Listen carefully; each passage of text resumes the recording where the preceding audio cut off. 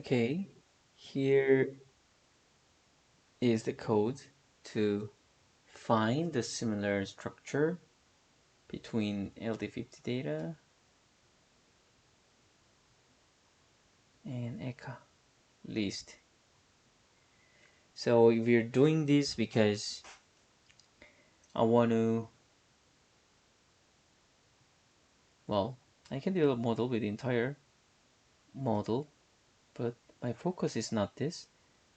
Instead, I'm gonna reduce this data by comparing this ECA list and selecting LD50 data with similar structure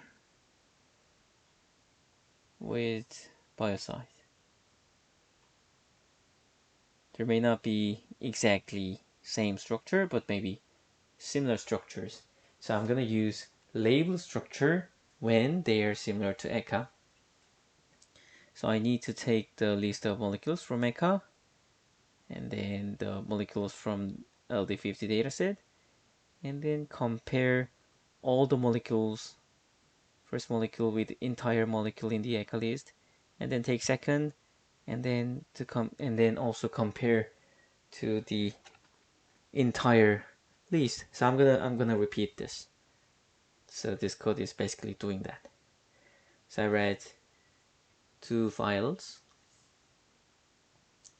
but before I go into structure similarity analysis, I standardize the molecule first. So this is the reason for why structure standardization is needed. In here, I read this mouse code, which is this one, and I read it, and I write it again, the mouse code. So I have a mouse code, and then use AutoKit mode, and then convert it to mouse code again, and now mouse code is changed. The reason is the way of understanding the structure. So it's mainly for benzene ring. Well, we can consider this as a aromatic ring, but also you can specify each chemical bond like a double and single bond are repeated in the ring. And basically these are the difference of, so these strings are different because of this different way of um, representing this aromatic ring structure. So it's possible that the small code can be different on the same identical structure, and even though structures are the same, these difference in the string can lead into the uh, error. What I mean is that the fingerprint should be the same for the same structure, but simply because of the difference in the Morse code, maybe some value can be different. It's possible. It's just a computational error. So in order to remove such a possibility, we need to standardize all the structure. So this code here is doing that. And what it does is pretty simple. I read the source code and read it into AutoKit mode and then convert them into Smalls code again. But this time I name it AutoKit Smalls. So I done that for this LD50 data and ECAList also. So I'm done with the Smalls code standardization. And then I'm gonna calculate all the fingerprint. So what I do is first I calculate the fingerprint for ECAList all.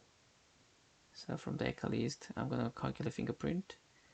And then now I have LD50 data, and I also calculate each molecule one at a time. I calculate this fingerprint and compared it to all, and then calculate it again, and then do the same. So there's a two for loop, one for this and one for this. Okay. So you see from the LD50 data set, I read Smalls code and then calculate fingerprint. This time I used topological distance 2. And then I have a fingerprint already calculated above, and then do the similarity analysis. And here I decide that maybe 0.8 is good enough criteria. So if the similarity score is higher than 0.8, then add that molecule, which is this index, so that I can collect only those molecular structures similar to biocide from LD50 dataset. So this is the code, and I get this 100 molecules. So I have 4,000, well, around 4,000, almost 5,000, but only in this way, only 120 is considered as a similar. So I run more similar experiment, like changing the distance. I just change the distance here and see the result. And I can see that actually similar molecules are decreasing. I increase the distance further, and similar molecules were decreased further.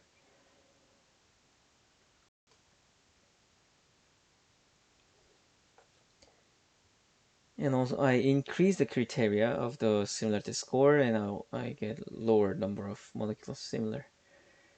And the number of molecules were too small, in my opinion. I throw away most of data, and that's not right what I really wanted. So I'm taking another approach, which is using scaffold.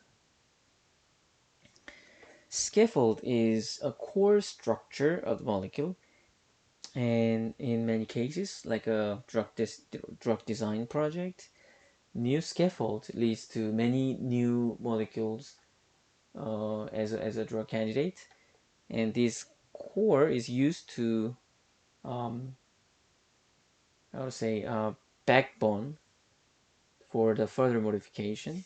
So in this molecule, this is the scaffold extracted using this method. So you see, this part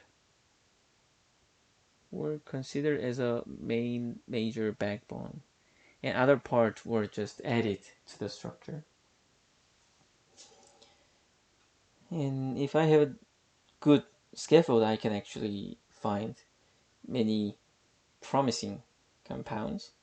So that's why many are interested in finding good scaffold.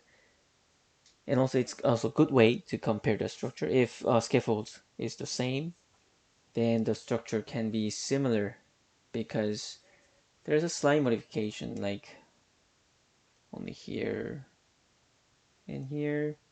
So if the backbones are the same and these slight modifications were added to the structure, then maybe since they share this core structure, we can say they are similar. So now my approach is that I have an ECA list. I'm gonna find the scaffold. Maybe I can find same scaffold from different molecules, but I can actually remove duplicated structures, duplicated scaffold, and list up only valid scaffold. And then I'm gonna calculate the scaffold from the LD50 data as well, and I'm gonna compare them. If I find same scaffold, then I'll take the data as a similar molecule. So I'm gonna use this list of compound. So that's my strategy here.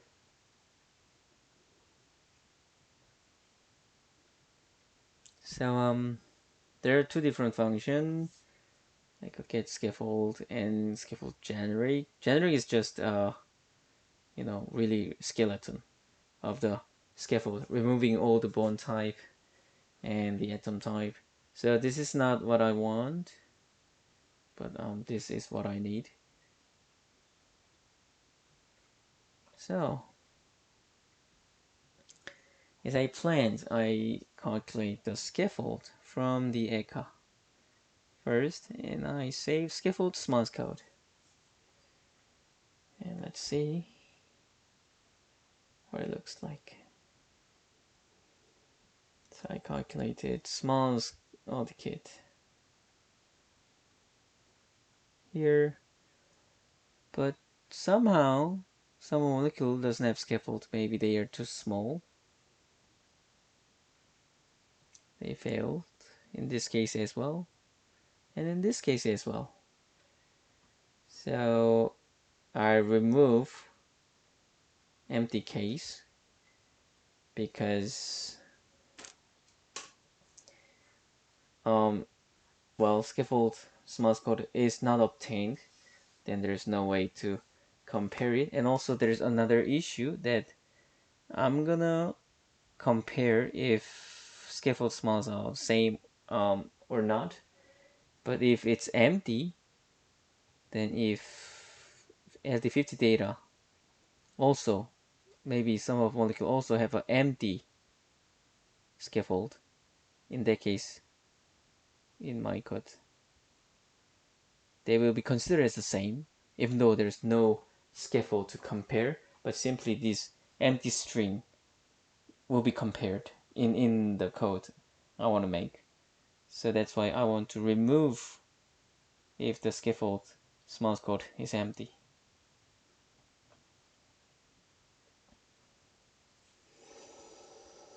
So I check it, and if scaffold source code is empty, then I'm gonna take it out. I get the source code for LD50 data, scaffold source code, and I have only well, this is the code I want to check to see how many data doesn't have scaffold. So this is the code that if scaffold source code is empty, I don't take it. So I collect data frame which has valid scaffold source code, and then I converted it to list to remove duplicates, and I have 57 scaffold. Okay. So after I remove empty string, I run this code. So from LD50, I get scaffold source code. And then if that source code is in the ECA scaffold source code, then I'm gonna take that index to use it later. And I find 1493.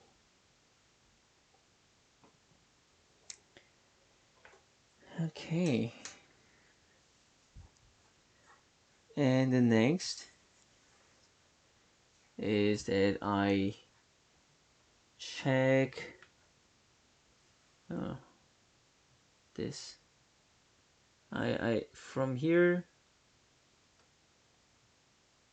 I realized that I only check molecules with there's a scaffold, but maybe some of molecule that doesn't have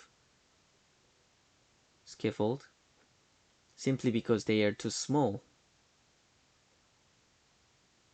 So after this research, I decided I have a molecule. If it has a scaffold, use this information to find a similar molecule.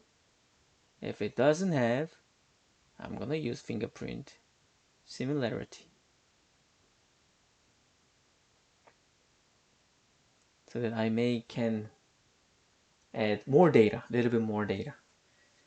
So this is what I'm gonna do.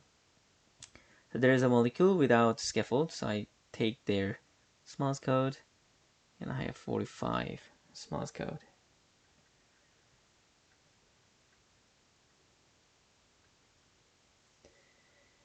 And in case of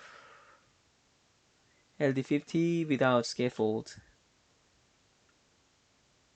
I just check how many source code were overlapped between them. And Well, you see, from 4,000, I take this. So almost 3,000 were lost in here. And I just want to see how many other kits were identical between LD50 and the ECHA list when there was no scaffold. And I found only 27 out of 3,000. So this is not really happy result. So I think maybe it's better to calculate the similarity. So this part is actually the copy and paste from the code of both. And what I do is I calculate fingerprint and use that fingerprint to calculate similarity score for this. So I'm going to taking small code one by one and calculate fingerprint and compare this with all the fingerprints for molecules in ECHA list. If and particularly I'm taking this from the molecules without scaffold.